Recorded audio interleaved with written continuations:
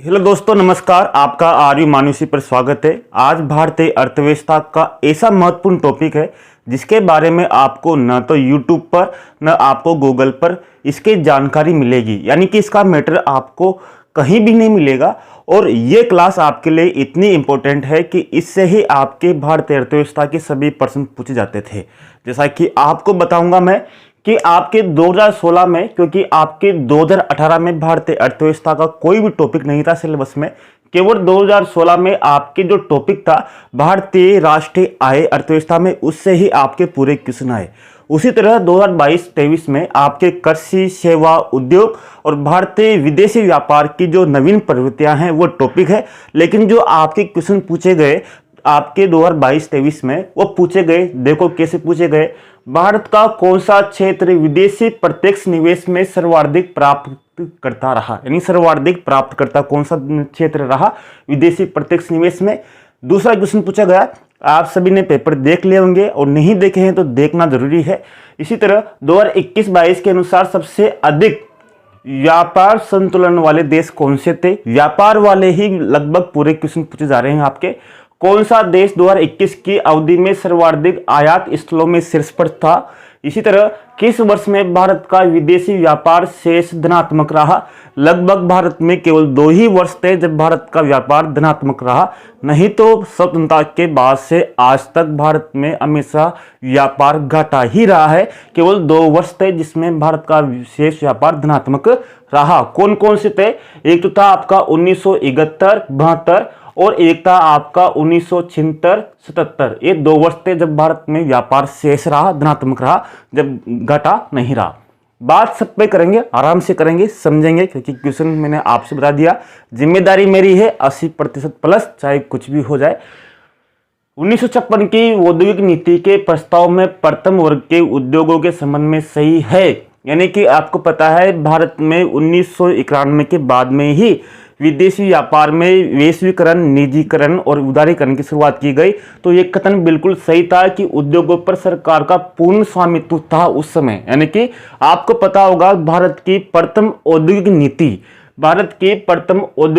1948 में जारी की गई थी और दूसरी औद्योगिक नीति 1956 में जारी की गई। ठीक है, अब आपके पूछ सकते हैं कि जो प्रथम औद्योगिक नीति जारी की गई किसकी अध्यक्षता में जारी की गई। भारत के प्रथम उद्योग मंत्री श्यामा प्रसाद मुखर्जी थे और श्यामा प्रसाद मुखर्जी की अध्यक्षता में ही भारत की प्रथम उद्योग नीति जारी की गई थी 1948। इसी तरह 2021-22 में सकल जोड़े गए मूल्य में कृषि और संबंधित क्षेत्र का हिस्सा कितना था? 18.8% उस समय हिस्सा था। इन सभी बात करेंगे, यानी कि आपके केवल बिल्कुल सिंपल क्वेश्चन पूछे जा रहे हैं। केवल आपको आंकड़े याद होना चाहिए और आंकड़े में याद कराऊंगा। आंकड़े जिसे भी आपको याद करने हैं वैसे आपको याद करने ही पड़ेंगे। अगर आपको 80% से अधिक अंक लाने हैं आंकड़े में दूंगा। और 2016 के जो क्वेश्चन पूछे गए थे उनसे संबंधित आपके एक भी क्वेश्चन आपके नहीं आएगा, क्योंकि ये सिलेबस बिल्कुल अलग था। जैसे आपके इसमें सकल घरेलू उत्पाद में विनिर्माण का हिस्सा कितना 16%, विकास दर की गणना के लिए किस माप का प्रयोग किया जाता है, स्थिर बजट बाजार पर कीमतों पर सकल घरेलू उत्पाद। जैसे ही केंद्रीय सांख्यिकी संगठन के अनुसार 2017-18 में जीडीपी वृद्धि दर कितनी रही? 7.2%। इसी तरह भारत में स्थिर कीमतों पर प्रति व्यक्ति आय में सर्वाधिक गिरावट कब रही? 1979-80 में। इसी तरह किस पंचवर्षीय योजना में न्यूनतम वृद्धि दर रही? तीसरी पंचवर्षीय योजना में। ये क्वेश्चन थे जो आपके उस समय सिलेबस के अनुसार थे और ये क्वेश्चन आपके पूछे जाएंगे। तो ये क्वेश्चन मैं तैयार करा रहा हूं। आपके कृषि वाला जो पार्ट था मैंने इसके पहले वाले वीडियो 15 में करा दिया। अब 16 में आपके जो व्यापार से संबंधित जितने भी क्वेश्चन आएंगे उसमें से एक भी गलत नहीं होगा, आपको देखना होगा। अगर भारतीय विदेशी व्यापार की बात करें तो भारतीय विदेशी व्यापार के लिए सर्वप्रथम 1963 में भारतीय विदेशी व्यापार संस्थान की स्थापना की गई। किसकी स्थापना की गई? भारतीय विदेशी व्यापार संस्थान की स्थापना की गई।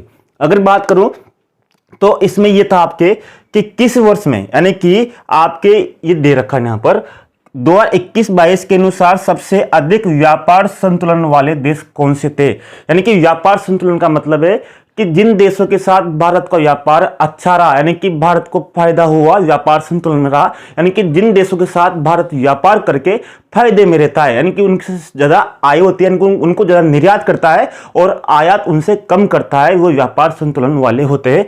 तो उसमें प्रथम स्थान पर था अमेरिका, दूसरे स्थान पर था बांग्लादेश, तीसरे स्थान पर था नेपाल। जब इसके आंसर की आई तो ऐसी बड़ी बड़ी कोचिंग संस्थान थी जिनकी आंसर की, जिनके सॉल्यूशन को देखकर ऐसा लगा कि ये टीचर कहाँ से लाते हैं। बच्चों को इतना गुमराह किया जाता है कि मैं सोचता हूँ कि इन टीचरों को कैसे भर्ती, यानी कि मैं उनकी बुराई नहीं कर रहा, इतने बड़ी संस्थान होने के बावजूद भी एक उदयपुर की संस्थान है जिनका नाम चलता है। अगर आप देखोगे उसके संस्थान को, उनकी सॉल्यूशन को देखोगे तो एक बार जरूर देख के देखना, क्योंकि मैं उनकी बुराई नहीं कर रहा, लेकिन जो सॉल्यूशन कराए वो बच्चों को अच्छा कराए, यानी कि या तो आप कराओ मत हो, और करा रहे हो तो सही पढ़ाओ, गलत पढ़ाओगे तो बच्चों का ही नुकसान होगा। उम्मीद ही है कि ये आपको जो पढ़ाई जाए वो सही पढ़ाई जाए ताकि आपका नुकसान ना हो। यानी कि कौन से देश 2021-22 की अवधि में आयात स्थलों पर शीर्ष पर थे, कौन कौन से थे, यानी कि व्यापार संतुलन वाले देश थे, यूएसए, बांग्लादेश और नेपाल। ठीक है, अब आपके यहाँ पर व्यापार संतुलन वाले देश आए तो अब आपके यहाँ पर आ सकता है ऋणात्मक, यानी कि भारत के किस देशों, यानी कि आपके आ सकता है कि सबसे कम, यानी कि सबसे व्यापार ऋणात्मक वाले देश, यानी कि जिनके साथ भारत का आयात तो अधिक है और निर्यात कम है, जिनके साथ भारत का व्यापार घटा रहता है। सर्वाधिक देश कौन कौन से हैं वो है चीन, स्विट्जरलैंड और इराक। यानी कि पहले स्थान पर चीन है, दूसरे स्थान पर स्विट्जरलैंड है और तीसरे स्थान पर आपका इराक है। ठीक है, इसी तरह अगर भारत में बात करें तो भारत में सर्वाधिक आयात किन वस्तुओं का होता है। मैं वस्तुओं की बात कर रहा हूं, वस्तुओं, क्योंकि वस्तुओं का आयात की बात कर रहा हूं, न कि सेवाओं का। तो सर्वाधिक वस्तुओं का आयात होता है पेट्रोलियम का, कच्चा पेट्रोलियम, है ना, यानी कि सर्वाधिक जो आयात होता है भारत में कच्चा पेट्रोलियम का।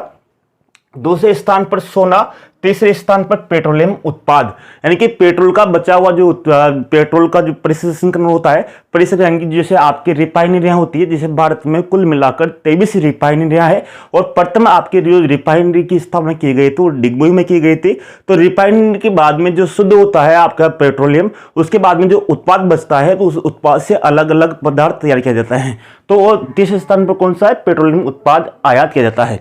और सर्वाधिक निर्यात में कौन से हैं, भारत से सर्वाधिक जो निर्यात किया जाता है वो है, पहले स्थान पर है पेट्रोलियम उत्पाद, यानी कि सर्वाधिक जो निर्यात किया जाता है वो है पेट्रोलियम निर्यात। और दूसरे स्थान पर मोती, कीमती जो पत्थर, यानी कि मोती, जवाहरात, कीमती पत्थर। और तीसरे स्थान पर है लोहा इस्पात। ठीक है, अब आपके अगर आयात की बात करूं मैं, आपके जैसे सर्वाधिक शीर्ष देश, यानी कि आयात की दृष्टि से, यानी कि भारत सर्वाधिक आयात किन देशों से करता है, यानी कि सर्वाधिक आयात करता है भारत, नंबर 1 था चीन से सर्वाधिक आयात करता है। और सर्वाधिक जो घाटा रहता है भारत का किस देश के साथ रहता है, व्यापार घाटा, वो भी चीन के साथ ही रहता है। तो सर्वाधिक आयात करता है चीन से। दूसरा है यूएई, संयुक्त अरब अमीरात, संयुक्त अरब अमीरात। तीसरा है अमेरिका, चौथा है सऊदी अरब। और सर्वाधिक जो निर्यात करता है भारत वो है, पहले स्थान पर है अमेरिका, दूसरे स्थान पर संयुक्त अरब अमीरात यूएई, और तीसरे स्थान पर बांग्लादेश, और चौथे स्थान पर है चीन। अब आपके ये तो हुआ आपका क्या व्यापार वाला, यानी कि आयात पे कौन से देश है, कौन से देश 2021-22 की अवधि में आयात स्थलों पर शीर्ष पर थे। इसी तरह 2021-22 के अनुसार सबसे अधिक व्यापार संतुलन वाले देश थे। अब आपके ये पूरे प्रश्न इसी से हो रहे हैं आपके, जैसे कि आप देखोगे सेवा क्षेत्र में आयात और निर्यात। अगर सेवा क्षेत्र में बात करें तो सर्वाधिक जो निर्यात होता है भारत से वो होता है सॉफ्टवेयर सेवा का, क्योंकि भारत सॉफ्टवेयर का महाशक्ति है। इसी तरह हार्डवेयर की जो महाशक्ति है वो है चीन, यानी कि भारत को सॉफ्टवेयर पावर माना जाता है, सॉफ्टवेयर का हब। इसी तरह चीन को हार्डवेयर का हब माना जाता है। तो सॉफ्टवेयर का सर्वाधिक निर्यात भारत से होता है। दूसरे स्थान पर है व्यापार सेवा का, और सर्वाधिक जो आयात होता है सेवा क्षेत्र में होता है व्यापार सेवा का। इसी तरह आप कृषि क्षेत्र में देखते हैं, अगर कृषि क्षेत्र में देखें तो शीर्ष कृषि निर्यात जो अगर माने तो शीर्ष कृषि निर्यात में कौन सी वस्तुएं हैं, तो सर्वाधिक जो कृषि निर्यात में होता है वो है पहला स्थान पर समुद्री उत्पाद, यानी कि समुद्री उत्पाद भी कृषि में शामिल है। तो कृषि समुद्री उत्पाद का भारत से सर्वाधिक कृषि निर्यात में प्रथम स्थान पर है। दूसरे स्थान पर है चावल, तीसरे स्थान पर है मसाला, चौथे स्थान पर है चीनी। ठीक है, ये आपके कृषि निर्यात में है और लगभग कुल निर्यातों में 14.3% स्थान कृषि का है, कृषि निर्यात का इसका स्थान है। अब आगे बात करते हैं प्रत्यक्ष विदेशी निवेश यानी कि एफडीआई। एफडीआई का दो तरह से होता है, एक तो होता है जो पोर्टफोलियो के माध्यम से होता है, एक ग्रीन पोर्टफोलियो के माध्यम से होता है। प्रत्यक्ष विदेशी निवेश का मतलब यह है कि मान लीजिए भारत में कोई कारखाना है या कोई फैक्ट्री है, तो उसमें विदेशी लोग या विदेशी संस्थाएं कितना निवेश कर रही है और सर्वाधिक निवेश किस में कर रही है, पैसा कौन लगा रहा है, किस देश से सर्वाधिक पैसा भारत में आ रहा है, यानी कि कौन सा देश सर्वाधिक भारत में पैसा निवेश कर रहा है, किस क्षेत्र में निवेश कर रहा है और भारत के किस राज्य में सर्वाधिक प्रत्यक्ष विदेशी निवेश आ रहा है, यानी कि विदेशों से सर्वाधिक पैसा किस राज्य में आ रहा है, ये होता है प्रत्यक्ष विदेशी निवेश। जिससे अगर प्रत्यक्ष विदेशी निवेश जिस देश में सर्वाधिक आएगा वो देश उतना ही तरक्की करेगा। अगर चीन की बात करें तो चीन में सर्वाधिक प्रत्यक्ष विदेशी निवेश आता है, जिस कारण वहां तरक्की का राज है। इसी तरह आप मान लीजिए किसी क्षेत्र में, अगर मान लीजिए राजस्थान अगर पिछड़ा राज्य था पहले, अभी नहीं है, तो वो था कि भारत में जो उद्योगों की स्थापना होती है उसमें पहले राजस्थान कमजोर था और महाराष्ट्र गुजरात आगे थे। कारण था कि महाराष्ट्र और गुजरात में सर्वाधिक उद्योगों की स्थापना है। इसी तरह जिस देश में सर्वाधिक प्रत्यक्ष विदेशी निवेश आता है वही देश विकसित होता है और भारत में अभी वर्तमान में लगभग तीसरा स्थान है, विश्व में तीसरा स्थान लगभग हो गया है प्रत्यक्ष विदेशी निवेश में। पहला स्थान आपके चीन का था। अगर प्रत्यक्ष विदेशी निवेश की बात करें तो सर्वाधिक जिस देश से आता है भारत में वह है, पहला स्थान है सिंगापुर का, दूसरा स्थान है अमेरिका का, तीसरा स्थान है मॉरिशस का। और सर्वाधिक जो राज्य प्रत्यक्ष विदेशी निवेश प्राप्त करते हैं, पहला स्थान है कर्नाटक का, दूसरा स्थान है महाराष्ट्र का, तीसरा स्थान है दिल्ली का। और सर्वाधिक प्रत्यक्ष विदेशी निवेश जिसमें आता है वो है सॉफ्टवेयर में, कंप्यूटर सॉफ्टवेयर में सर्वाधिक विदेशी निवेश आता है। उसके बाद में आपकी सेवा क्षेत्र आता है, लगभग आपके कंप्यूटर सॉफ्टवेयर में लगभग 22% आपके प्रत्यक्ष विदेशी निवेश इसमें आता है। ये आपके जो प्रत्यक्ष विदेशी निवेश हो गया। जैसे आपके यहाँ पर दे रखा है पूरे, जैसे भारत का कौन सा क्षेत्र विदेशी प्रत्यक्ष निवेश में सर्वाधिक प्राप्त करता रहा, तो पहला सूचना तकनीक या आपके कंप्यूटर सॉफ्टवेयर मान सकते हैं, दूसरा स्थान आपकी सेवा का रहा। ये पूरे किसी आसपास से, ये तो आपको ये आंकड़े ध्यान रखना होगा। अब आपके क्वेश्चन आएगा कि कथन वाला कि इनमें से कौन सा कथन सही है। क्वेश्चन ये आपके आया था अर्थव्यवस्था वाले एक पेपर में कि भारत का जो विदेशी ऋण है वो विदेशी ऋण क्या भारत के विदेशी मुद्रा भंडार से अधिक है या कम है। तो आपको ये कथन ध्यान रखना होगा कि भारत का जो विदेशी मुद्रा भंडार है वो अधिक है, लेकिन भारत का जो विदेशी ऋण है वो कम है। जबकि 2013-14 में भारत का जो विदेशी ऋण था वो अधिक था और विदेशी मुद्रा भंडार कम था। यानी कि बात करें भारत का विदेशी मुद्रा भंडार वर्तमान में 633 बिलियन डॉलर यानी कि अरब डॉलर था। ये कम ज्यादा होता रहता है, 1-2 दिन में, 5 दिन में, 1 महीने में, इसमें उतार चढ़ाव आते रहते हैं। लेकिन आप ये मानिए कि अगर नवीनतम आंकड़े पूछे तभी विदेशी मुद्रा भंडार लगभग 400 बिलियन डॉलर के ऊपर ही था और बाह्य ऋण यानी कि भारत के ऊपर कुल बाह्य ऋण था लगभग 593 बिलियन डॉलर यानी कि 593 अरब डॉलर भारत पर विदेशी ऋण था। अब आपके व्यापार से संबंधित टॉपिक है तो आपके विदेशी व्यापार नीति जरूर पूछेंगे। कौन सी नीति? भारत की विदेशी व्यापार नीति 2015 की जो विदेश नीति है वो लागू कब की गई? 1 अप्रैल 2015 को लागू की गई। कितने वर्षों के लिए? 2015 से 20 के मध्य ये लागू की गई। अब आपकी एक बात ध्यान रखना कि आपके कोरोना में 2 साल निकल गए। कौन कौन से? 20 और 21 साल यानी कि 2020 और 2021 आपके कोरोना में निकल गए। इस कारण इस विदेशी व्यापार नीति को 2015 से 20 वाली को आपके अक्टूबर 2022 तक बढ़ाया गया। इस कारण अभी तक कोई भी विदेशी व्यापार नीति लागू नहीं हो पाई है। अगली जो विदेशी व्यापार नीति लागू होगी वो 2021 से 25 के बीच में होगी। यानी कि इस नीति को अक्टूबर 2022 तक बढ़ाया गया और जो नवीनतम जो विदेशी व्यापार नीति है वो प्रस्तावित है, उसका मसौदा तैयार किया जा रहा है। तो इसके अनुसार भारत में क्या क्या यानी कि क्या क्या तथ्य पूछ सकते हैं आपसे। तो 2000 अगर बात करें तो 2013 और 14 में भारत में लगभग केवल 2% योगदान था किसका? पूरे विश्व में पूरे विश्व में भारत का योगदान कितना था? 2% था व्यापार में। और इस नीति के अनुसार इसका जो योगदान है वो लगभग 3.5% करने की योजना थी। कब तक? 2020 तक। यानी कि 2013-14 में भारत में कुल विश्व में 2% निर्यात आयात में योगदान था और 2020 में 3.5% का करने की योजना थी। और इसी तरह जो 465 अरब डॉलर का व्यापार था उसको 900 अरब डॉलर करने का इसमें विचार था। ठीक है, ये आपको आंकड़े ध्यान रखने होंगे। इन सभी को, इनकी जो विस्तृत व्याख्या है, इन सभी को मैं आपके ऐप में जोड़ दिया गया है। इनको अच्छे से मैंने समझा दिया है कि जो क्लास है वो क्लास में आपको पूरे फैक्ट, तथ्य और आपको समझाया जाएगा। तो आप समझना, क्योंकि अर्थव्यवस्था में यही होता है, इसमें आपकी समझ पूछा जाता है कि आप में समझ कितनी है अर्थव्यवस्था के बारे में। तो आपको मैं समझाऊंगा, उसको समझना है। पहला टॉपिक लेंगे कृषि के बारे में। भारतीय अर्थव्यवस्था में स्पष्ट रूप से उल्लेख है कि भारतीय अर्थव्यवस्था में कृषि का जो योगदान, उसके सहायक क्षेत्रों का योगदान, उनका विकास, वृद्धि, ये इसका बारे में है। तो आपको देखना होगा।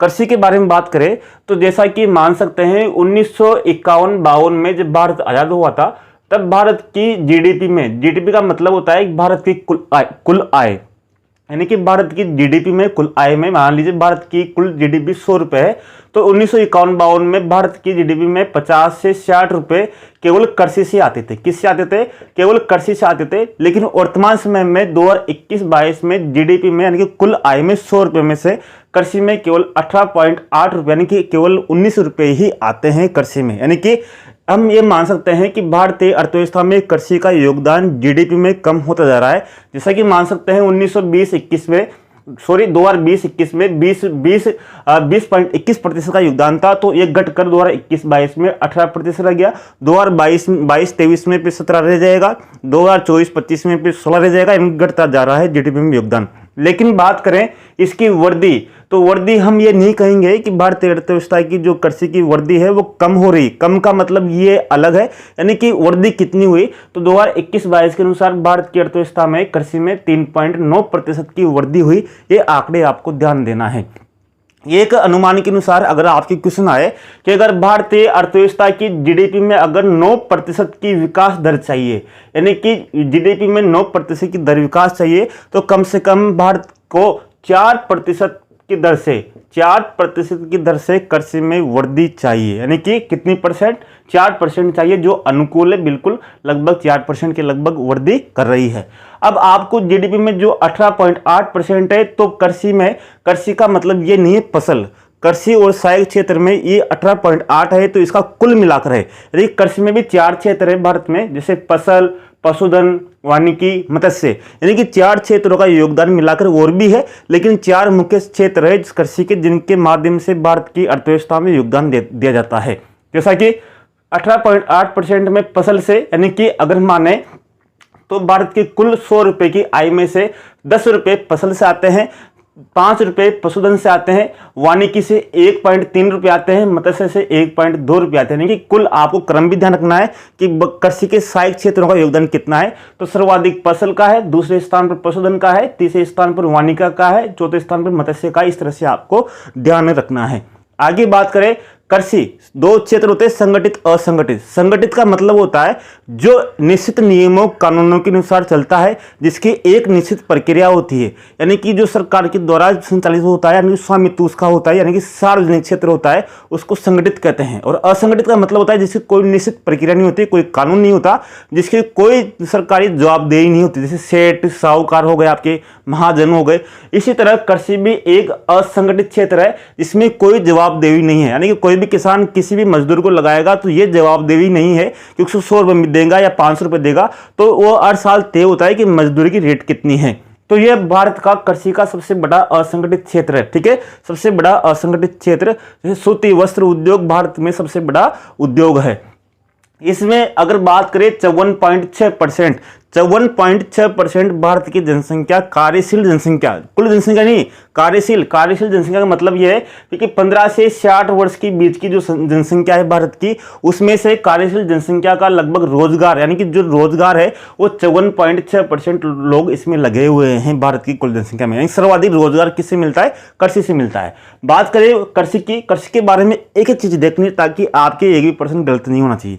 आगे उत्पादन यानी खाद्यान्न उत्पादन की दृष्टि से देखें तो भारत में कुल खाद्यान्न उत्पादन 308 मिलियन टन, यानी कि 308 मिलियन का टन का मतलब यह है कि 30 करोड़ टन, यानी कि भारत में 30 करोड़ टन खाद्यान्न का उत्पादन होता है, जिसमें सर्वाधिक खाद्यान्न का उत्पादन चावल का होता है। चावल सर्वाधिक उत्पादन पश्चिम बंगाल के द्वारा होता है। चावल के बाद में दूसरा स्थान है गेहूं का, यानी खाद्यान्न में दूसरा स्थान किसका है? गेहूं का। 12 करोड़ टन चावल का, 10 करोड़ टन उत्पादन इसका गेहूं का होता है। अगर एफडीआई की बात करें, विदेशी प्रत्यक्ष निवेश, एफडीआई यानी कि विदेशों के द्वारा कृषि में कितना निवेश किया जा सकता है, तो आपको ध्यान रखना है कि कृषि में 100% निवेश की अनुमति है, सरकार के द्वारा 100% अनुमति दी गई है। इसी तरह अगर कुल निर्यात की बात करें, भारत सरकार जितना निर्यात करती है उनमें से कृषि का कितना योगदान है, जैसे फसल का या फिर आपके पशुधन का, मांस का, वानिकी का, लकड़ी का, मत्स्य का, तो इसमें निर्यात में, कुल निर्यात में 15% योगदान किसका है? कृषि का है। ये चीजें आपको फैक्ट ध्यान रखनी है। इसी तरह प्रति व्यक्ति भूमि उपलब्धता यानी कि एक व्यक्ति के पास कितनी जमीन है, तो ऑस्ट्रेलिया, अमेरिका की तुलना में भारत में बहुत कम जमीन है, यानी कि न के बराबर है। अगर बात करें तो 0.29 हेक्टेयर, यानी कि लगभग हम मान सकते हैं 2 से 3 बीघा प्रत्येक व्यक्ति के पास है। 0.29 हेक्टेयर प्रत्येक व्यक्ति के पास ये औसत आता है। राजस्थान में सर्वाधिक लगभग है, नागालैंड में भी सर्वाधिक है। इसके बाद में कृषि गणना की बात करें तो कृषि गणना सर्वप्रथम 1970 में की गई और हर प्रति 5 वर्ष में कृषि गणना की जाती है। हर कितने वर्ष में? हर 5 वर्ष में कृषि जनगणना की जाती है। और 2015-16 में जो हुई थी वो 10वीं जनगणना थी और 2020-21 में होगी, अभी हुई नहीं है, लेकिन 2020-21 की जो होगी वो 11वीं जनगणना होगी आपके। अगर कृषि गणना के अनुसार देखें, जनगणना के अनुसार देखें तो सर्वाधिक कृषि जोत देखे तो सर्वाधिक कृषि जोत वाला राज्य उत्तर प्रदेश है। कौन सा राज्य है? उत्तर प्रदेश सर्वाधिक कृषि जोत वाला राज्य है। अगर कृषि में देखिए राजस्थान भारत में कौन कौन सी में प्रथम स्थान पर है? मोटे अनाज में है, सरसों में है, दालें में है, कुल तिलहन में है, न कि सोयाबीन में नहीं है। सोयाबीन में मध्य प्रदेश प्रथम स्थान है। कुल तिलहन में सर्वाधिक इसका स्थान है राजस्थान का है। अगर तिलहन की बात करें, श्री गंगानगर सर्वाधिक उत्पादन करता है, सरसों का भी उत्पादन वही करता है। कृषि मंत्री नरेंद्र सिंह तोमर है और राज्य कृषि मंत्री कौन है? कैलाश चौधरी, जो राजस्थान से संबंधित है। ये कुछ तथ्य हैं जो आपको ध्यान रखने। उसके बाद में क्वेश्चन कराऊंगा और आपको ऐप में भी इसको डाल दूंगा, आप वहां से भी इसको ले सकते हैं, पढ़ सकते हैं, क्वेश्चन देख सकते हैं। इसके बाद में अब कृषि से संबंधित कुछ चीजें आपको देखनी। खाद्य प्रसंस्करण। खाद्य प्रसंस्करण का मतलब है कि जो कृषि है, कृषि के जो उत्पाद है उनको विनिर्मित करना या उनके कुछ उत्पाद बनाना, ये विनिर्माण में चला जाता है, इनके उद्योग क्षेत्र में चला जाता है, द्वितीय क्षेत्र में चला जाता है। खाद्य प्रसंस्करण देखे तो मेगा फूड के माध्यम से सरकार खाद्य प्रसंस्करण का उद्योग स्थापित कर रही है, जिसमें से भारत में अगर देखें तो राजस्थान का प्रथम फूड पार्क कहां पर स्थापित किया गया? तो अजमेर के रूपनगढ़ में स्थापित किया गया। अगर खाद्य प्रसंस्करण का देखें तो खाद्य प्रसंस्करण का विनिर्माण में लगभग 12.4% का योगदान है। मैंने यहां सब लिख दिया। अगर मैं आपको एक एक चीज लिखता तो आपके 15 मिनट का वीडियो आपके 1 घंटे का जाता, इसलिए अच्छा है कि आपको यहां पर लिख दिया। इसी तरह एमएसपी की बात करें यानी कि न्यूनतम समर्थन मूल्य के लिए आपको पता है कि कृषि लागत और मूल्य आयोग की स्थापना 1965 में की गई। ठीक है, कृषि लागत और मूल्य आयोग की स्थापना 1965 में की गई और कृषि लागत और मूल्य आयोग की सिफारिश पर ही न्यूनतम समर्थन मूल्य दिया जाता है। न्यूनतम समर्थन मूल्य किसकी सिफारिश पर दिया जाता है? तो ये कृषि लागत और मूल्य आयोग की सिफारिश पर दिया जाता है। 1965 में इसकी स्थापना की गई। इसके बाद में ही प्रथम बार ही 1965 के एक साल बाद में ही पहली बार 1966 में न्यूनतम समर्थन मूल्य प्रारंभ किया गया। 67 में, यानी कि 1966 में प्रथम बार गेहूं पर कौन सी फसल पर? गेहूं की फसल पर प्रथम बार न्यूनतम समर्थन मूल्य ये निर्धारित किया गया। अब आपको क्वेश्चन बनाने हैं, ये क्वेश्चन मैं नहीं बनाऊंगा एलकेजी या यूकेजी की तरह, ये सब क्वेश्चन आपको बनाने हैं, क्योंकि इतने में क्वेश्चन बनाऊंगा तो बहुत लंबा वीडियो जाएगा। जैसा कि क्वेश्चन बन सकता है कि न्यूनतम समर्थन मूल्य किस फसल पर प्रथम बार जारी किया गया? गेहूं पर। अब मैं तो बताऊंगा आपको कि इस तरह क्वेश्चन बनेगा, ये बनेगा कब, क्या, ये मैं आपको बता रहा हूं, ये आपको क्वेश्चन बनाने वहां पर कि किस तरह से क्वेश्चन बन सकते हैं, क्योंकि मैं पास्ट रिवीजन करा रहा हूं आपको। अगर मैं एक एक वीडियो को 5-5, 2-2, 3-3 घंटे करूंगा तो बहुत बड़ा हो जाएगा। मेरा उद्देश्य है कि आपकी इस बार जो तैयारी हो अंतिम हो, जोरदार हो, यानी कि फुल 100% के साथ आप एग्जाम दो, आपकी कहीं भी कमजोरी ना रहे। इसके बाद में अगर आपके न्यूनतम समर्थन मूल्य की बात करें, लगभग ये 23 फसलों पर दिया जाता है। कितनी फसलों पर? 23 फसलों पर दिया जाता है। अब कृषि से संबंधित कुछ चीजें हैं जो आपको याद रखनी है, वो कौन कौन सी है? ई नाम। ई नाम क्या है? ई नाम यानी कि इलेक्ट्रॉनिक। अगर ई आ जाए तो उसका मतलब है इलेक्ट्रॉनिक, यानी कि ई, जैसे ईमेल आ गया आपके, ई मित्र आ गया या ई वाणिज्य आ गया, उसका मतलब है कि ऑनलाइन। जिसके आगे ई आ जाए तो उसका मतलब है वो ऑनलाइन चीज है। तो इसी तरह ई नाम का मतलब है नेशनल एग्रीकल्चर मंडी, यानी जो मंडियां होती है, यानी कृषि बाजार है, जिसके माध्यम से एक ऑनलाइन पोर्टल है जिसके माध्यम से व्यापारी और किसान आपस में जुड़ जाएंगे, अपने किसान व्यापारियों के माध्यम से सीधे जुड़ेंगे, और जुड़ने के बाद में जो आड़ती होते हैं उनकी भूमिका खत्म हो जाएगी, सीधे किसान व्यापारियों के माध्यम से जुड़ने के से उनके किसान व्यापारी से अपनी फसलों का भाव तय कर सकते हैं। कि यानी कि इसके माध्यम से, ई नाम के माध्यम से एक राष्ट्र और एक बाजार बनाना है। केंद्र सरकार का उद्देश्य है कि ई नाम के माध्यम से, एक पोर्टल के माध्यम से एक राष्ट्र एक बाजार बनाया जाए, किसानों व्यापारियों को जोड़कर। इसकी तरह नाबार्ड अब आपकी पूछा जाता है, सबको याद है कि कब स्थापना हुई? 1982 में। लेकिन आपको तारीख ध्यान रखना है, 22 जुलाई 1982 में स्थापना हुई। शिवरामन समिति की सिफारिश पर इसकी स्थापना हुई, लेकिन इसका मुख्यालय कहां पर है? मुंबई। लेकिन आपको ध्यान रखना है कि नाबार्ड कभी भी सीधे किसानों को ऋण नहीं देता है। आपके कथन आएगा कि क्या नाबार्ड किसानों को ऋण देता है? नहीं, ये किसानों को ऋण नहीं देता, ये बैंकों को या सहकारी संस्थाओं को ऋण देता है, फिर उनके माध्यम से किसानों को ऋण मिलता है, और दीर्घकालीन ऋण या मध्यकालीन ऋण देता है, लघुकालीन ऋण ये बिल्कुल भी नहीं देता। इसी तरह मृदा स्वास्थ्य कार्ड योजना कहां शुरू की गई? ये 19 फरवरी 2005 से शुरू की गई। कहां से शुरू की गई? सूरतगढ़ के, यानी श्री गंगानगर जिला है, वहां के सूरतगढ़ से ये शुरू की गई। और इसका उद्देश्य का ध्येय वाक्य क्या था? स्वस्थ धरा खेत हरा, स्वस्थ धरा खेत हरा। ये कुछ तथ्य थे। इन तथ्यों के माध्यम से अब मुझे विश्वास है कि आपकी कृषि से संबंधित जो जानकारी है वो लगभग थोड़ी मजबूत हो गई। कृषि क्या है, कृषि में क्या क्या आंकड़े हैं, ये आंकड़े याद करने के बाद में अब नेक्स्ट वीडियो में आपको प्रश्न कराऊंगा। प्रश्न कराने के बाद में मुझे उम्मीद है कि आप ये कृषि से संबंधित एक भी क्वेश्चन बार नहीं यहां से करते हैं। अर्थव्यवस्था की, कृषि, उद्योग, सेवा, विदेशी व्यापार से आपको सब डाटा याद करने होंगे, क्योंकि अब अगर आप पुराने वर्षों के, यानी कि 2022-23 के प्रश्न पत्रों को उठा के देखोगे या 16-17 को देखोगे तो उनमें अर्थव्यवस्था में आपके आंकड़े ही दिए हुए होते हैं, वो आपको याद करने हैं। अगर कृषि की बात करें तो कृषि में 2021 और 22 में, यानी कि वित्त वर्ष 21-22 में कृषि में वृद्धि दर 3% रही। यानी कि एकमात्र भारत का ऐसा क्षेत्र है, कृषि प्राथमिक क्षेत्र, जिसमें कोरोना के समय भी इसमें वृद्धि दर सकारात्मक रही, यानी कि नकारात्मक नहीं रही, यानी कि हमेशा ही वृद्धि करता रहा। और 2022-23 में प्रथम अग्रिम अनुमान के अनुसार कृषि क्षेत्र में 3.5% की वृद्धि दर रहेगी। कब? कितनी? 3.5।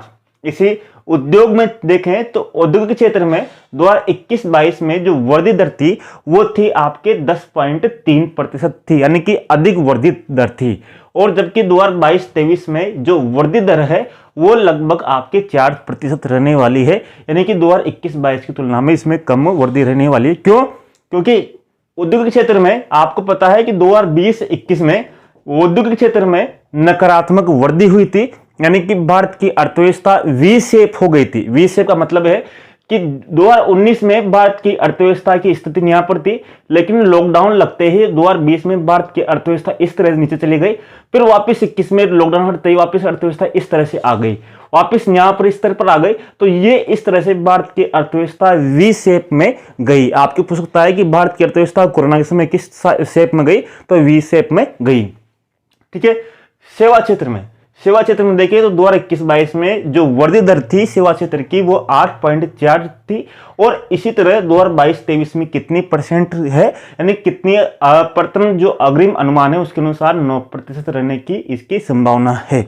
अब आगे देखते हैं, अगर बात करें आपकी जीडीपी वृद्धि दर यानी कि भारत की सकल घरेलू उत्पाद है उसमें अर्थव्यवस्था में कितनी वृद्धि दर का अनुमान है, तो 2021-22 में इसकी वृद्धि दर रही थी 8.47%।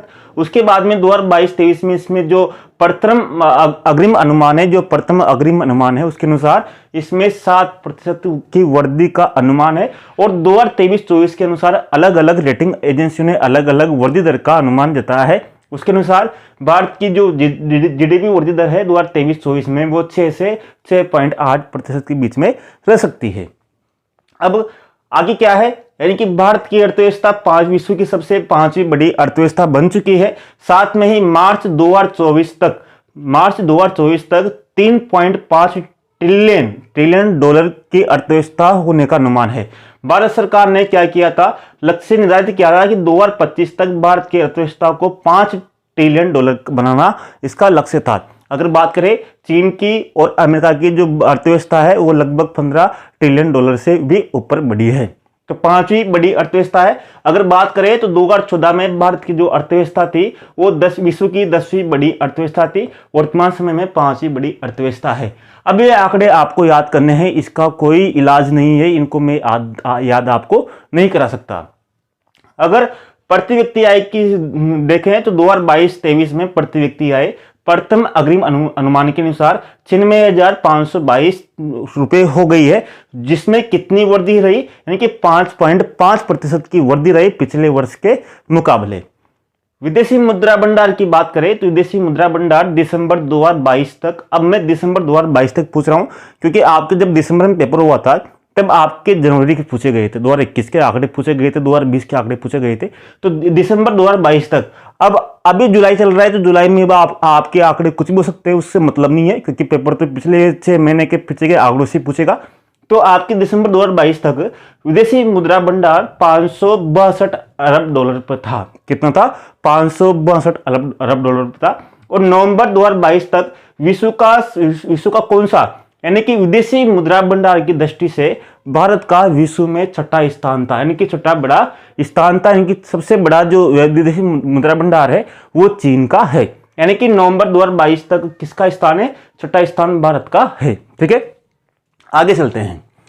अब हम कृषि की बात कर रहे हैं तो कृषि में इस साल 3.5% का वृद्धि का अनुमान है, लेकिन अगर पिछले 6 वर्षों की बात करें, अगर आपसे पूछ सकता है कि कृषि में पिछले 6 वर्षों से कितनी वृद्धि रही, एकमात्र कृषि राज्य जिसने कोरोना के समय भारत की अर्थव्यवस्था को एक मजबूत रीढ़ की हड्डी की तरह काम किया। अगर बात करें पिछले 6 वर्षों में 4.6% की इसमें औसत वृद्धि दर रही, और चौथे अग्रिम अनुमान के अनुसार यानी कि 21-22 के अनुसार भारत में, क्योंकि अभी इसका चौथा अग्रिम अनुमान आने में कृषि की अभी साफ स्थिति नहीं हुई है, क्योंकि अभी जो अनुमान जारी है, अगर 22-23 की बात करें तो कृषि में अभी 22-23 में पूरे तरह से अभी अनुमान स्पष्ट नहीं हुआ है कि कृषि में क्या रहा। ये अक्टूबर नवंबर की आपके 2023 की अक्टूबर और नवंबर में ये पूरा स्पष्ट हो पाएगा कि कृषि में क्या है।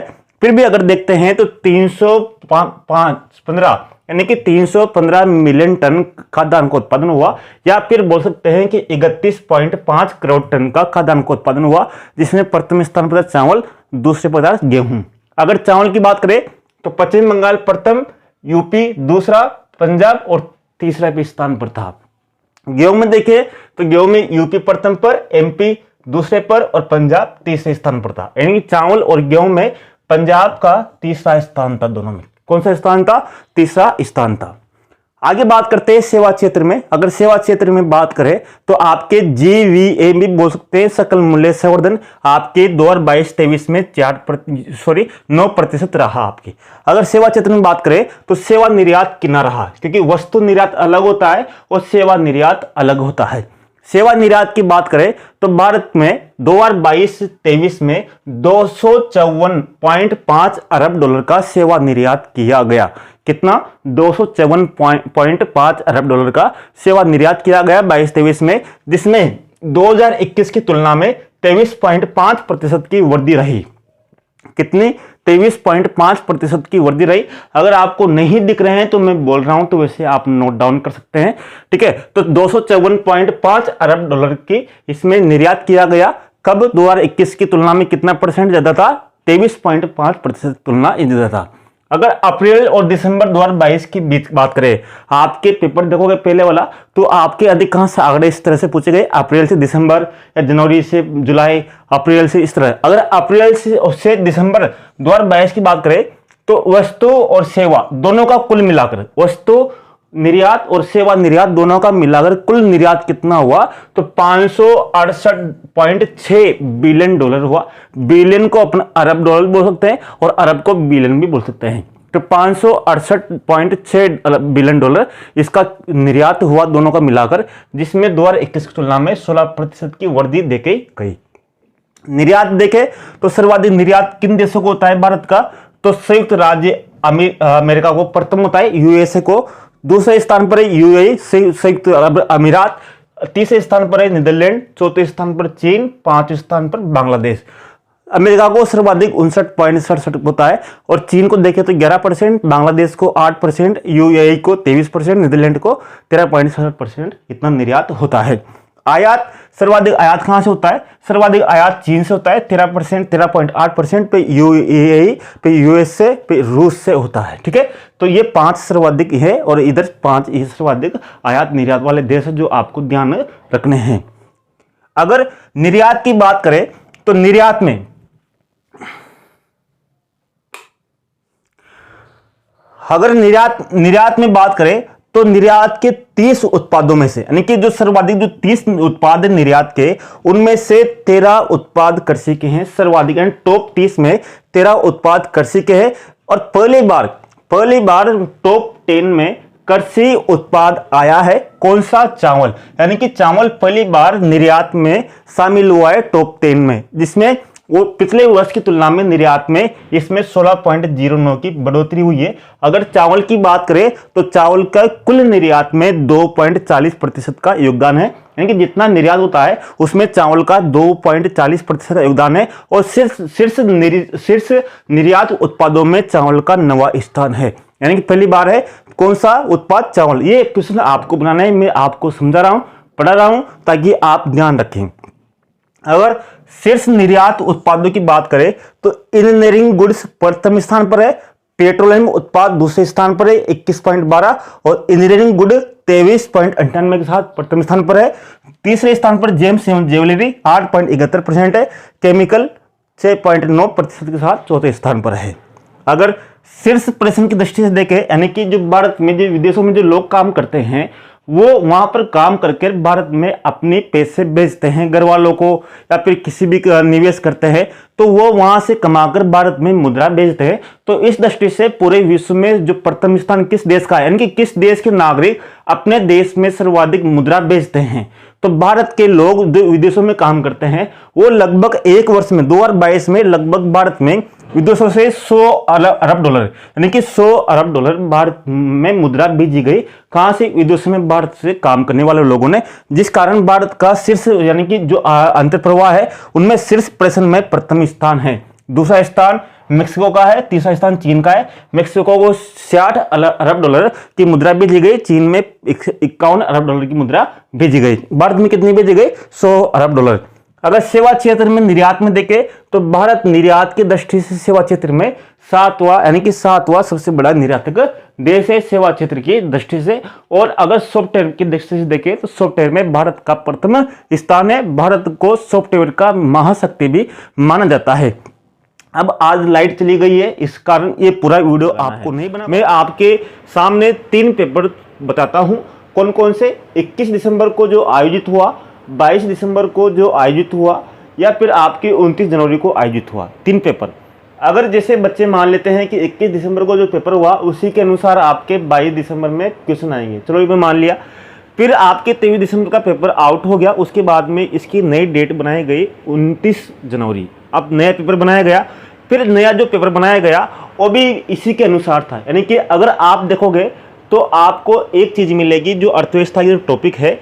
अगर आपके प्रत्येक शिफ्ट में आपके एक क्वेश्चन आपकी योजनाओं से पूछा जा रहा है, अगर 21 दिसंबर में पूछे आप आरपीएससी के पेपर वेबसाइट पर जाइए या फिर किसी भी टेलीग्राम पर चाहिए जाइए, वहाँ पर आप तीनों ही जो शिफ्ट के पेपर आप डाउनलोड कीजिए, आपको पूरा मिलेगा कि किस आयु वर्ग की महिलाओं को उड़ान योजना के लिए पात्र माना गया। उड़ान योजना पूछ ली गई, निम्न में से ग्रीन योजना के बारे में सही है योजना पूछ ली गई। फिर 29 जनवरी में पूछा गया कि उद्यमशीलता यानी कि 16 जनवरी 2016 को कौन सी योजना चालू की गई भारत सरकार ने, जिसके लिए उद्यमशीलता रोजगार सर्वक देश में रूपांतरित करने के लिए योजना, यानी कि ये योजना आपके। अब आप सोच रहे हो कि आपको योजना याद नहीं करनी, आपको मुख्य योजनाएं आपको ध्यान रखनी है। भारत सरकार की जितनी भी योजनाएं हैं वो देखनी है। योजनाएं कौन सी, अधिक से अधिक आपको आर्थिक और सामाजिक क्षेत्र से संबंधित जो योजनाएं, आर्थिक सामाजिक क्षेत्र से संबंधित योजनाएं आपको देखनी है। तो ये आपको 100% है कि आपके एक क्वेश्चन आएगा। दूसरा, आप देखो प्रत्यक्ष विदेशी निवेश आपके पूछेगा, 100% पूछेगा। पहला क्वेश्चन पूछा है 21 दिसंबर को, किस क्षेत्र ने 2021 के दौरान उच्चतम एफडीआई यानी कि प्रत्यक्ष विदेशी निवेश प्राप्त किया, यानी कि किस क्षेत्र ने। क्षेत्र का मतलब होता है कि जैसे सेवा क्षेत्र है, उद्योग क्षेत्र है, कंप्यूटर सॉफ्टवेयर क्षेत्र है, कृषि क्षेत्र है, किस क्षेत्र ने सर्वाधिक एफडीआई का प्रत्यक्ष विदेशी निवेश प्राप्त किया। फिर पूछा गया आपके कौन सा क्षेत्र विदेशी प्रत्यक्ष निवेश के अंतर्प्रवाह का सर्वाधिक प्राप्त करता रहा। अब देखो क्वेश्चन वही है, बिल्कुल वैसा का वैसा ही आंसर दोनों का एक ही है, लेकिन यहाँ पर अंतर्प्रवाह दे दिया, यहाँ पर भी क्षेत्र है लेकिन यहाँ वो दे दिया उच्चतम, यानी कि उच्चतम दे देना यहाँ पर दे दिया आपके अंतर्प्रवाह, दोनों का मतलब ही एक ही है। फिर आपके 29 जनवरी को पेपर बनाया होगा उसने, तो फिर उसने ये दे दिया प्रत्यक्ष विदेशी निवेश का कौन सा, आपके 2021-22 में भारत के सेवा क्षेत्र में कुल विदेशी प्रत्यक्ष निवेश का लगभग कितना प्रतिशत है। अब देखो पूरा, अब इसने क्या पूछ लिया, पार्टिकुलर सेवा क्षेत्र के। अगर मैं आपके बताऊं तो आपके अब कौन सा क्वेश्चन पूछेगा, बस बनाना आपको है, पढ़ा मैं दूंगा। जैसा कि मान लीजिए आपके सर्वाधिक जो प्रत्यक्ष विदेशी निवेश है वो आपके कंप्यूटर सॉफ्टवेयर में रहा, कंप्यूटर सॉफ्टवेयर में आपका सर्वाधिक निवेश रहा, लगभग वो 25% के लगभग रहा। उसके बाद में सेवा क्षेत्र में आपका दूसरा निवेश रहा लगभग 12%, यानी कि एफडीआई प्राप्त हुआ। अब आपके पूछ सकता है कि सर्वाधिक प्रत्यक्ष विदेशी निवेश, सर्वाधिक एफडीआई भारत में कौन से देशों से आता है, तो प्रथम स्थान आपके सिंगापुर रहेगा और दूसरा स्थान आपके अमेरिका रहेगा, ठीक है, यूएसए। अब फिर आपके लिए पूछ सकता है कि भारत में सर्वाधिक प्रत्यक्ष विदेशी निवेश कौन से राज्य में आता है। क्वेश्चन बन रही है, ये क्वेश्चन आपको बनाने हैं और वहां से क्वेश्चन आएंगे। तो इसके बाद में सर्वाधिक अगर माने तो राज्य में देखें तो प्रथम स्थान पर कौन सा है, आपके कर्नाटक है, यानी कर्नाटक सर्वाधिक आपके प्राप्त करने वाला राज्य है। ये आपको याद करना है। फिर आप देखिए कैसे कि आयात निर्यात में देख लीजिए, अगर आप आयात और निर्यात में देखोगे तो आपके हर बार क्वेश्चन पूछा जाएगा। फिर पूछा जाएगा आपके 30 जुलाई को कि कौन सा देश 2021 में सबसे बड़ा व्यापार साझेदार रहा, यानी कि आपके कौन सा देश भारत में 2021-22 में सबसे बड़ा व्यापार साझेदार रहा। फिर आपके पूछा गया कि आर्थिक सर्वेक्षण के अनुसार 2021-22 में भारत का सबसे अनुकूल व्यापार संतुलन कौन कब था, यानी कि व्यापार संतुलन यानी किस देशों के साथ था। इसके बाद में व्यापार में सबसे अनुकूल संतुलन का मतलब है कि वे देश जिनके साथ भारत का निर्यात अधिक है और आयात कम है। अगर आपको बता दो कि भारत के कुल निर्यात में आपको ध्यान रखना है, भारत जितना निर्यात करता है उस निर्यात का लगभग 59% तो निर्यात केवल अमेरिका को ही होता है अकेला, ठीक है, ये आपको ध्यान रखना है। यानी कि सबसे अनुकूलतम तो आपके यूएसए है, भारत में सर्वाधिक फायदेमंद है। उसके बाद में बांग्लादेश है, नेपाल है। अगर घाटे का सौदा रहे सबसे प्रतिकूल में आपके चीन आ जाएगा और सबसे अनुकूल में आपके यूएसए आ जाएगा। अब आपके यहाँ पर प्रतिकूल आ सकता है अनुकूल की जगह, तो आपको क्या रखना है, फिर आपको समझ रहे हो ना, आपको क्या रखना है, आपको फिर चीन, नीदरलैंड, इराक या आपको रखना है। अब देखिए फिर यहाँ पर पूछा गया आपके कि किस वर्ष भारत का व्यापार शेष धनात्मक रहा। केवल भारत में 2 ही वर्ष थे जब भारत में व्यापार शेष धनात्मक रहा, यानी कि 3 क्वेश्चन तो आपको 100% आएंगे कि ये वाले क्वेश्चन छाप लो आप। एक क्वेश्चन तो आपके उड़ान योजना से आएगा, एक प्रत्यक्ष विदेशी निवेश से आएगा, एक आपके आयात निर्यात के जो आंकड़े हैं वो आंकड़े लगभग मैंने आपको करा भी दी है। कुछ 1-2 वीडियो बच रहे हैं, उसके माध्यम से अर्थव्यवस्था का आपको पूरा आंकड़ा करा दिया जाएगा। और एक क्वेश्चन आपके कौन सा आएगा, कृषि सेवा उद्योग से संबंधित आएगा। उद्योग में आपका अगर पूछेगा तो आपके जो औद्योगिक नीतियां हैं, औद्योगिक नीतियां में जैसे आपके प्रथम औद्योगिक नीति थी 1948 में बनी। ये प्रथम औद्योगिक नीति किसके द्वारा लाई गई, श्यामा प्रसाद मुखर्जी के द्वारा। श्यामा प्रसाद मुखर्जी के द्वारा लाए गए, ये प्रथम भारत के उद्योग मंत्री भी थे। उसके बाद में आपकी सेकंड जो औद्योगिक नीति आई थी वो 1956 में आई। इसके जो क्षेत्र थे वो आपको याद करने, इनमें से एक आपके पूछ लेगा। कृषि में कुछ भी नहीं पूछे आपके, उद्योग सेवा क्षेत्र में आपको पूछ लेगा, ये आपको ध्यान रखना है। और कृषि सेवा उद्योग का जीडीपी में कितना कितना अंश है, जैसा मान लीजिए कृषि का आपके 2019-20 में आपके अंश था जीडीपी में 20%, अब आपके 18% रह गया है। कितना? 18%। यानी कि भारत में जीडीपी में कृषि का जो अंश है वो घटता ही जा रहा है। अगर आपकी वृद्धि पूछ सकता है तो वर्तमान में जैसे इसकी वार्षिक वृद्धि दर कितनी है, तो 3.9 है। कितनी है? 3.9। ये लगभग मैंने सब आपको करा रखे हैं, और जो बच रहा है जो आपको करा दूंगा, यानी कि 3 क्वेश्चन तो आपके ये आएंगे, ये आपको छाप लेना। और मैंने लगभग आपको एक में भी करा दिए हैं। आप